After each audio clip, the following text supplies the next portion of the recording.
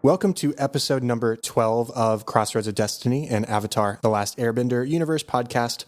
Right now we're talking about every episode of Nickelodeon's Avatar: The Last Airbender, one episode at a time. I'm Chad Hopkins, and I'm joined by my co-hosts Andrew and Melanie Grant. How are you two doing tonight? Hanging in there. We are. Yeah, we're getting close to your oldest birthday, which is exciting. Yes. Yeah, how old is he going to be? He's going to be two. Two. And this mommy is going to hold it together. She's handling it very well. Clearly. We just enrolled him in a little school starting in September. So my baby's going to go to school, although Drew thinks it's Daycare. Daycare. It's not daycare. Okay, sure. Well, we're all very excited. He's got his birthday coming up and birthday party and all that stuff. Mm-hmm. We did have a listener interaction that I wanted to talk about for just a moment.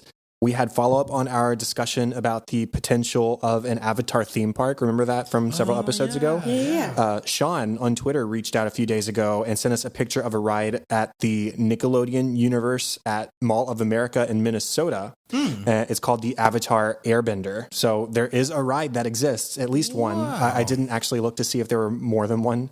I'll leave that to him, I suppose, if he wants to correct us again. But looking at the ride, I did look up footage on YouTube. It's like a half pipe kind of ride. You're on a surfboard shaped object, and one side is themed after fire and one is sort of themed after air. And on each side, there's a spinning pedestal kind of thing where there are 8 seats attached facing outwards. Yeah, and gotcha. so you're it's sort of like the Conquistador at our Six Flags over Texas, except it's on a rail and it's not a ship and it's Avatar themed. And so What was his name again? that was from Sean. Sean. Thank you, Sean. Thank you, Sean, for having us need to do research before we make comments on things. Well, I think our discussion still stands because we were talking more along the lines of a themed kind of area like Harry Potter or like the Avatar, the James Cameron Avatar world that at was Disney. A little confusing because that exists. But yes, it is cool to know that there is at least one attraction out there. So I've never been to the Mall of America. I don't even know if I've been to Minnesota, to be honest. No. But maybe I have to add it to the list. Yeah. So thanks for reaching out, bud. Yeah. And we'd love to hear from everybody on social media, of course. We'll share all that information later.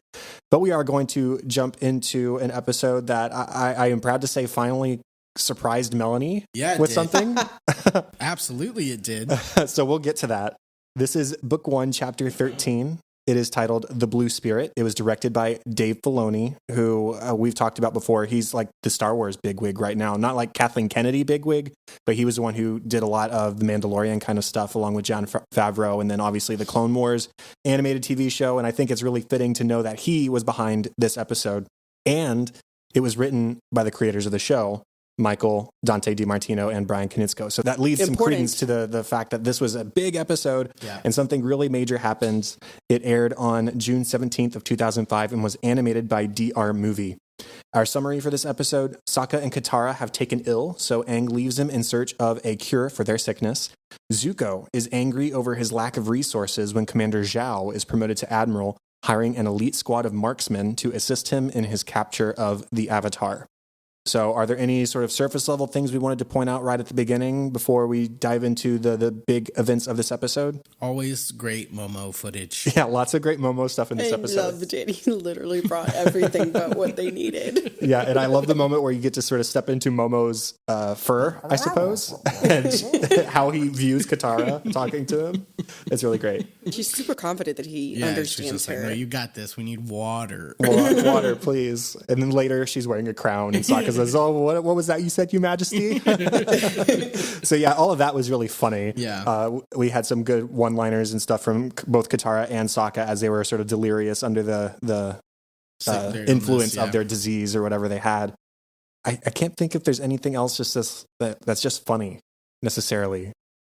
There's the apothecary lady who has... I got brave vibes. So you're completely insane, right? Yeah. That's right. Yeah.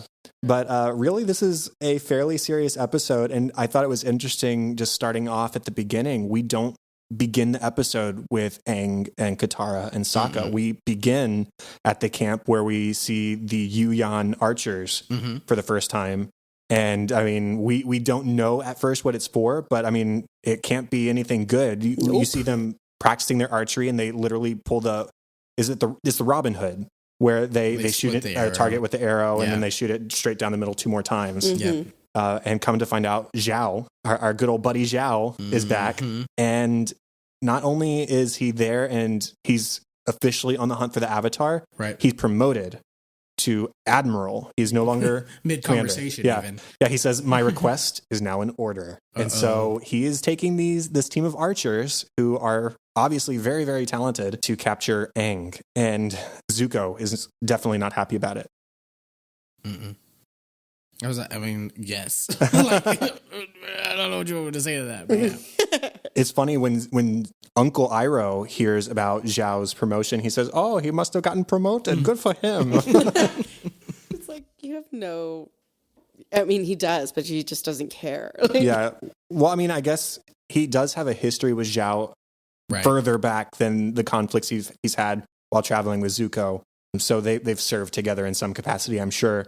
So good on his old war buddy for getting a promotion, I suppose. But we definitely haven't seen any real reason for Iroh to be happy for Zhao based on what we've seen in their interactions so far. And I admire Iroh for that, because the last time they really came in contact with each other was the Agni Kai, I suppose. I can't think if we really have seen Zhao since then, aside from the flashback in the last episode. What Agni Kai? The Agni Kai between Zhao and Zuko. like the second episode It was like the first time we met Zhao. when he challenged him again and Iroh stepped in. Oh, and he just stopped it. Yeah, well, Zuko won, and Zuko turned around, and Zhao was going to strike him down. Oh, yeah. He did the cowardly act. Yeah. Got him. Yeah. Got him. I was just make sure y'all remember. Yes. Okay. Good. So dumb. Now that we're all on the same page, God. Welcome, babe. Because I thought you were talking about when Zuko got originally injured. No, I was like, wait, was no. there? Have we seen another one yet? Yeah, okay, yeah, we have. Sorry. Yeah. Okay. I'm back. The real highlight of this Admiral Zhao promotion is that we are told that the hunt for the Avatar, the quest for the Avatar, has been given prime importance. What does that say about when Zuko was sent out on that mission? That it wasn't. Not at all. It was What did I literally say? a snipe hunt. Yeah. It was just like, go chase something that doesn't exist. Get out for of here. 100 years, Like leave us alone. Sure, you'll get your honor back. Yay. Basically, he was Flick in A Bug's Life. Yeah. I was like, sure, yeah, go get warrior bugs. Yeah. or you could also reference like Seven Samurai, which is I guess I could. which A Bug's Life is adapting. But anyways. Uncultured swine. Thank you, Chad. No, to be fair, I own Seven Samurai. I haven't watched it yet. I have seen A Bug's Life. So Reddit, I own it. anyways. He has so much to cut out, Andrew. Sorry. Okay. Can't keep all that. It's gold. So yeah, the day that Zhao is promoted and he goes and hires these archers, enlists these archers to search for Aang with him, he captures Aang. Like the day it happened. That is so rude. That was so rude. It does kind of point a lot of things of like what the Fire Nation's actually capable of when they want to do something. Like now that they know the Avatar's there, they're like, oh, we actually have a target. Let's devote all of these resources to make sure that we can capture the Avatar. And boom, it's done. It's kind of amazing. Like, I mean, you see that in everyday life too. It's like, oh, we've been working on this for 5 years. But then when things really get like funded or supported or anything like that, magically things happen. Right. Flip-flopping back to what is happening with Aang before he is captured, Sokka and Katara are sick. We already talked about that. And he sets off on his own to go find a cure or medicine or something to ease their discomfort and ease their insanity, I suppose. And he is captured pretty fast after he finds out what he needs, which are the frozen wood tree frogs or whatever. I mean, he's hopeless. He is captured. He has no chance of getting out on his own until a blue spirit shows up. And I do want to backtrack just for a second in terms of Aang's capture. I don't think he was trying that hard. To not be captured? Well, I mean, I don't think he was trying to be captured, but you saw that he was running and actively collecting frozen frogs at the same time. Like he's running through the river, gathering as many frogs as he possibly can while people are shooting at him. So I think that if he was less, I won't say distracted because that was the point of him leaving in the first place. If he was less distracted in terms of like trying to do both things, not get captured and get frogs, that would have been two separate things. And he never actually attacks his attacker. He only deflects what they shoot at him. Mm-hmm. And so it was just like, I kind of felt like he wasn't really trying to stop their advance as much as he was just trying to get away. And then since they were far more apt at tracking him and, trying to shoot him down, this particular team was different than anything that he had ever faced before. So he didn't know that he couldn't just run away. Right. He had to handle them or he was going to be captured. So I'm not saying that I don't think he was trying. I just don't think that he was prepared for what they were bringing to the table. And he was still trying to get the frogs for Katara and Sokka. Sokka. Oh my God, I just did the M. Night Shyamalan pronunciation. I think it speaks to two things. One, his naivety, because he first gets his... dropped it. Yeah, that moment where he's shot into the ground and he says, oh, did you guys drop these? Like, here you go. No, but then two... They shot at you. It's not like these are firebenders going after him. Maybe he didn't know the magnitude of what capture from these people meant. Yeah, good point. He didn't know that these guys, I guess they're kind of wearing Fire Nation garb a little bit, but they're not outright firebending at him. There's no clear indicator that they're part of the Fire Nation army, and this is going to lead to his capture and torture. Right. Who knows? Well, yeah, that's what, in as many words, that's what Admiral Zhao said. Yeah. So, Blue Spirit shows up. Right. And Melanie, what were your initial thoughts on seeing the Blue Spirit? We saw him in some glimpses leading up to that point where he'd be like over listening to Zhao's conversation, and then he's sneaking through the camps in the shadows. Yeah. How long did it take me to realize that I was wrong about all of my predictions from last episode? I think it was 2 minutes. Yeah. We had gotten out of the intro, and then we saw the Blue Spirit, and you were like, I'm wrong. Yeah, that's not an actual spirit. Yeah. So no spirit world. Again, it's the fine line of literal or not. Yeah, but did you have any other thoughts about him, like just before we even saw what he did or what he was capable of? I didn't know what I figured he was just a spy. Once we started figuring out that he was a little bit more to do with the episode than just being there. He had a purpose, obviously. I realized I was trying to figure out, like, this is what I always do, and not just in the show, but like anything I watch.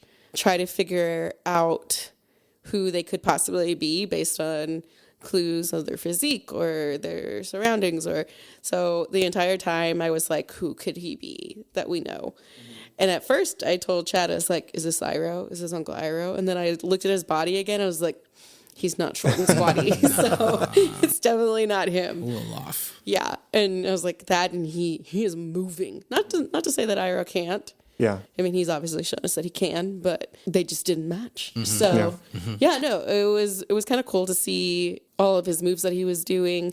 At one point, I thought whenever he was rescuing Aang from him being captured, that I thought he did water bending for a second, and I got really, really excited. I was like, someone from the water tribe is coming. And y'all, of course, did really well of like ignoring me completely.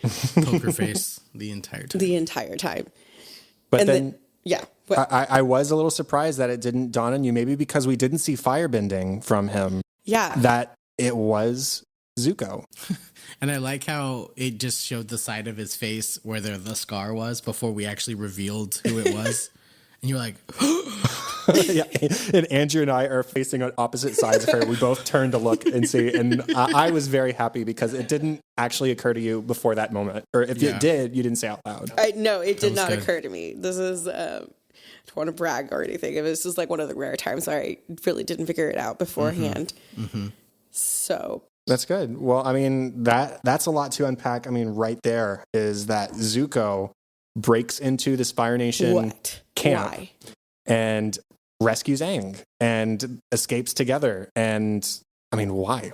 Well, I think it's because at first he wanted to do it just to piss off Angmar Zhao, right? He just really wants to make sure he doesn't succeed in the one task that he's meant to bring back his honor.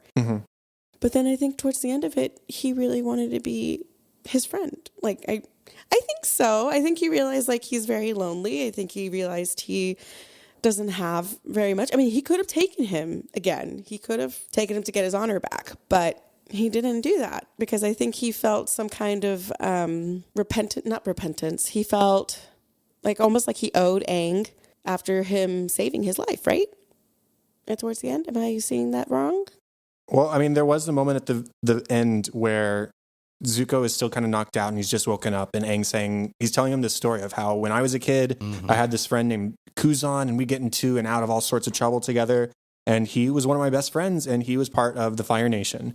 Do you think that we would have been friends back then? Do you think that would have been a possibility? And Zuko's response at that moment, at least, is to punch fire at him because Zuko. Right. So I don't want to just like shoot down what you're saying. Well, I think he's melting him. I think he is. Maybe. I think you're right that the obvious immediate answer for Zuko rescuing Aang from this place is, I can't get my honor back if I'm not the one who turns in the Avatar. There's that moment before we see the Blue Spirit in the first place where he's on the ship and he's complaining to his uncle. He's shooting fire everywhere. And Uncle Iroh is like, you haven't given your men an order in an hour. What's wrong? And Zuko just says, this was my chance and it's gone because Zhao has the resources and I don't. Yeah. I will say, so again, not to completely shoot down everything you just said. Whatever, you're doing it anyway. No, because you are right. From Zuko episode 1 to Zuko and the Blue Spirit, there is less of that intensity of, not only do I need to capture you, I kind of want you dead. Like, I will bring you back no matter what. There's growth. And so the fact that there was so much interaction between Aang and Zuko, and, well, granted, they both needed to escape, so there was obviously some kind of forced camaraderie there. Like, they had to do their little walkie thing. Okay, they worked so well together. Right. Mm-hmm. So they worked really well together in this kind of forced scenario, and they were able to escape something that is believed to be inescapable, a very highly defended Fire Nation prison. And they both get away. Zuko's knocked out, and Aang could have left him there. So Aang, being the hero, definitely takes him. But then again, none of this would have happened if Zuko hadn't gone in and risked his life, because he wasn't marching in there as Zuko, Prince of the Fire Nation. He wasn't marching in there as Zuko, the guy who was also looking for the Avatar. He was some kind of entity. He was the Blue Spirit. He was not coming in and having a legitimate conversation like, hey, kind of been looking for the Avatar for a long time. Can I have him back? Like, that's rude. Like, I've been doing this. Like, y'all new here. Like, this is mine. He didn't do any of that. He went in, broke in, fought a whole bunch of Fire Nation guards off to technically free the Avatar. And what I want to point out is that I think it's becoming more important at this point for Zuko to capture the Avatar than it is for him to become part of the Fire Nation. And I know that those sound like the same thing, but hear me out. I think it's more important for him to finish this task because he's been fixated on it for so long. He needs to complete something himself. He needs to prove himself as being a capable person. Mm-hmm. Not necessarily for the benefit of him becoming part of the Fire Nation again. Because there was something really subtle at the end of the episode when Zuko goes back and he is back on his ship. He goes, I'm going to be asleep. Don't bother me. And Iroh plays music anyway because he's Iroh. Zuko lays down, stares at the Fire Nation flag, and then literally rolls over and turns his back to it. Mm-hmm. And I was just like, I think that's something. Because I don't think it's for the Fire Nation anymore. Mm-hmm. Well, I also think that he's feeling pretty betrayed because it's something we already talked about today is that he was sent on this mission a long time ago and was given nothing. Right. Here's your dinky little ship. I guess your uncle can go with you. Have a small crew. Right. And now, the Avatar's actually out there. Our bad. Let's send our best men. Right. And so there's that betrayal of if there were resources, they should have gone to Zuko so he Right. could finish the task and Like not someone else come in with all the resources. Like Zhao's hunt was legitimized and Zuko was not. Right. So I think that lends toward it. And there's a moment from the previous episode where Uncle Iroh was talking to the crew and giving them background on Zuko and why he is the way he is. And he says, the search for the Avatar gives Zuko hope. Or I think the exact phrasing is, and we talked about this, the Avatar gives Zuko hope. Yeah. And that was included in the previously on Avatar clip at the beginning of this episode. So I think that's a big part of it too. And it's what Andrew was just talking about, is the search and all that kind of stuff. So anyways, that's a lot about that. When Zuko and Aang get out, Zuko is knocked out by one of the archer's arrows, and that's when the reveal happens. And Aang is freaked out too. Aang is like, what? Mm-hmm. What am I to think of this? How do I react to this? And he starts to run away on his own. But you see the immediate conflict. He got me out. I have to get him out. Mm-hmm. And so he does. And the next time we see both of them is when Zuko's waking up and he's talking about his friend Kuzan. So that says a lot about Aang too, and how he thinks. They're going to be best friends. Yeah. So like he waited. I think it was important that to show like not only did Aang get him out of the original situation, like from immediate danger, he then sat there and made sure that Zuko woke up. Mm-hmm. And was like talking to him while he was half conscious anyway. And was trying to make friends with him. Right. And was just like, maybe this could be us. Like, I had Fire Nation friends. Like, we didn't always fight all the time. So I'm really confused what's going on. But maybe we could be Fireball. Like, it just kind of hurt your heart a little bit to be like, Aang is actively trying, made sure that you were okay. And is like literally telling you that he doesn't have really any animosity toward the Fire Nation, like, I don't know, everyone else does, but is still willing to go out, extend his hand and say, hey, we don't have to fight if you don't want to. And then obviously Zuko has been so trained, brainwashed, anything that he immediately is like, no, this has to happen. This is the way. Right. Okay. That whole thing, there's a pin put in it at the end when Aang gets back to the cave and gives Sokka and Katara their frogs. And Sokka's like, how was your adventure? Did you make any friends? And Aang just dejectedly says, no, I don't think I did. And he goes to sleep too. Mm-hmm. Is there anything else to really talk about? I have a couple like minor things about maybe Zhao. Yeah, I will want to say that there was definitely some like propaganda speak of when Zhao was there about how amazing the Fire Nation is and how they've captured the Avatar. Yeah, the immediate hubris of, look what I've got, look at my prize. I thought it was really funny that his scribe was just like, so do you still want me to like send this out? Yeah. You still want that transcription? After knowing that Aang had escaped. I got Mulan vibes from that too. No, 100%. Yeah.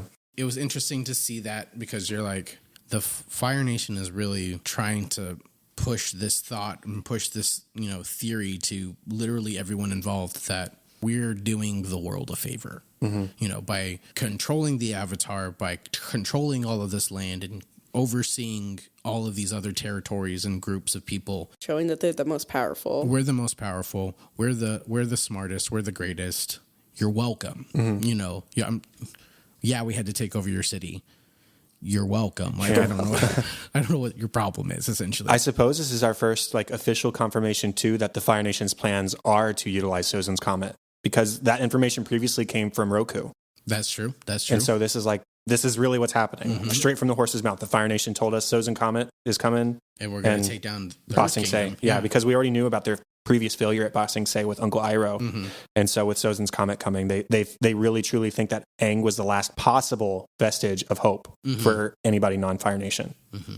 And I just wanted to mention the moment where Zhao mocks Aang's lack of age and experience and even his lack of family in the moment when he captures him. So yeah, we get further confirmation that he's a jerkbag. And he does confirm what we mentioned in our last episode too, that the goal isn't to kill the Avatar. The goal is to keep him alive, but just barely, so that he's not reborn and they don't have to search for him again. It's rough. We knew that the Airbenders were no longer a thing. We already knew that they were all gone.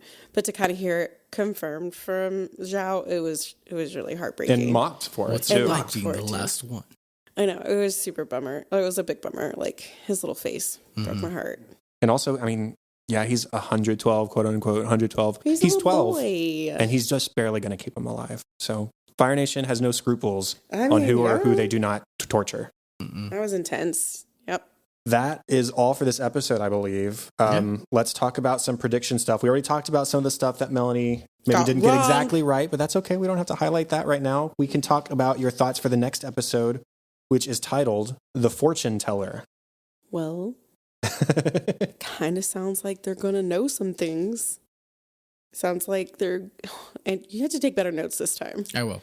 Because you have to read out the notes sentences. from last time, isn't it? No, the last one was just says hates Katara with Aang. Because you don't like them together, apparently. No, I don't. And congratulations, they weren't together this episode. Katara was dying and Aang was off. So, the fortune teller. Let's go more literal. Maybe they'll find some things out that for the future that they need to know in order for Aang to learn all of the abilities, all the elements. Okay, so you think that the fortune teller is going to like reveal some big information that's going to help Aang on his quest? Yeah. Okay. The main quest. Very roundabout way for me to have said it, but yes, that's exactly what I'm thinking. Okay, what do you think is going to happen next with Zuko? Zuko. Well, I think his character development is going to continue on in the sense of him not going to do this for revenge, but kind of capture Aang because he feels like he needs to restore his honor, like Drew was saying earlier. So maybe he'll start to, I don't know, soften up a little bit more. Okay. I think he'll soften up a little bit more. I think Uncle Iroh is going to help him some more. Okay, anything else? I kind of like that it was kind of a focused on an Aang episode. I love Katara and I love Sokka, but I thought it was kind of cool that they were the background characters this time around. Yeah. But I feel like we're going to get more with all three of next episode. Mm-hmm. By the way, it just occurred to me, I really like the music in this episode. Like the music in the whole show has been really, really good. But in the scene where Aang was being chased by the Yu Yan archers, you felt that. And then the scene where Zuko and Aang were escaping the Fire Nation camp as well. Really great, intense action music. Tension. And then the little bit of Uncle's Sungi horn that we got at the end is always really nice too. That was really cool. Well, I think with that's the end of the 12th episode of Crossroads of Destiny. Thank you all for listening. You can find us on social media at facebook.com/xroadspod or at xroadspod on Twitter. Please consider going over to Apple Podcasts and leaving us a rating and a review and hitting that subscribe button because it doesn't cost you anything. Email feedback and ideas if you have any to xroadspod@gmail.com. And you can always leave a voicemail, 3145-YIP-YIP. That is 314-594-7947. We'd love to get more people showing up in our voicemail box. So send it our way. Melanie, where can people find you online? So they can look for me on Instagram. It's MelanieAmanda44. And I'm also on TikTok, but I do nothing on there but scroll and buy things, much to my husband's dismay. That is accurate. So... As for Andrew's social media, you know that you can always reach him through us or through the official Twitter for the podcast. The best place to find me is at Chadadada on Twitter. That is CHADADADA. You can check out my other shows, the Cinescope Podcast, which is at Cinescope Pod on Twitter and thecinescopepodcast.com. And my other previous TV show podcast called An American Workplace, where we talked about every episode of the U.S. version of The Office. And you can find that on Twitter at WorkplacePod and our website, workplacepodcast.com. And show notes and all contact information can be found at xroadspod.com for this show. That is it, everybody. Thank you once again for listening. We will talk to you in episode 13 when we talk about Book 1, Chapter 14, The Fortune Teller. Bye. Bye. Bye.